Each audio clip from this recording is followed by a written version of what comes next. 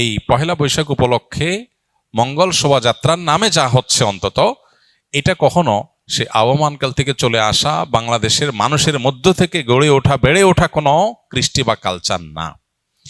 এটা হলো প্রথম কথা। দ্বিতীয় কথা হলো যে এই পহেলা বৈশাখের মঙ্গল শোভাযাত্রাকে ঘিরে যত আয়োজন হয়ে থাকে, বিশেষ করে মঙ্গল শোভাযাত্রা যে বিভিন্ন প্রাণীর মুখোশ এবং বিভিন্ন রকমের প্রাণীর ভাস্কর্য এটা নিয়ে যে র্যালি বের করা হয়ে থাকে, খুব সচেতনভাবে আপনি লক্ষ্য করলে দেখতে পাবেন এখানে পেঁচা, ইঁদুর, হাঁস, ময়ূর এমন কিছু প্রাণীর মুখোশ সেখানে খুবই পরিকল্পিতভাবে ব্যবহার করা হয়, প্রদর্শন করা হয়, যেগুলো একটা বিশেষ ধর্মের মানুষের ধর্মীয় বিশ্বাসের সাথে সংশ্লিষ্ট, যেগুলোর অনেকগুলোই হিন্দুদের বিভিন্ন দেবতার বাহন হিসাবে হিন্দু ধর্মে এটি প্রতিষ্ঠিত।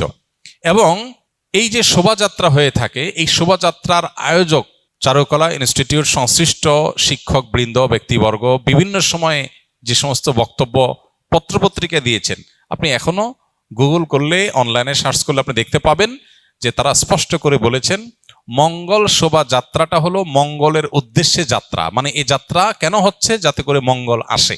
তো একজন ইমানদার তিনি মঙ্গল আসার জন্য দোয়া করবেন আল্লাহর কাছে, আর চেষ্টা করবেন, পরিশ্রম করবেন। প্রতিদিন প্রতি ওয়াক্ত নামাজে আল্লাহ আমাদেরকে মুয়াজ্জিনের মাধ্যমে ডাক দিচ্ছেন, হাইয়া আলাস সালাহ, হাইয়া আলাল ফালাহ, মঙ্গলের পথে আসো।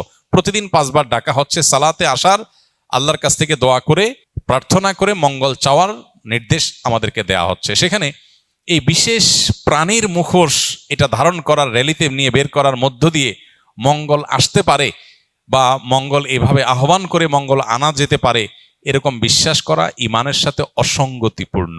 এই বিষয়গুলোকে সামনে রাখলে স্পষ্ট হয় যে এটা আসলে মুসলমানদের ওপর চাপিয়ে দেওয়া একটা সংস্কৃতি, যেটা মূলত অনেক ক্ষেত্রে হিন্দু ধর্মের মানুষদের সংস্কৃতি, সেটা মুসলমানদের উপরে চাপিয়ে দেওয়া হচ্ছে।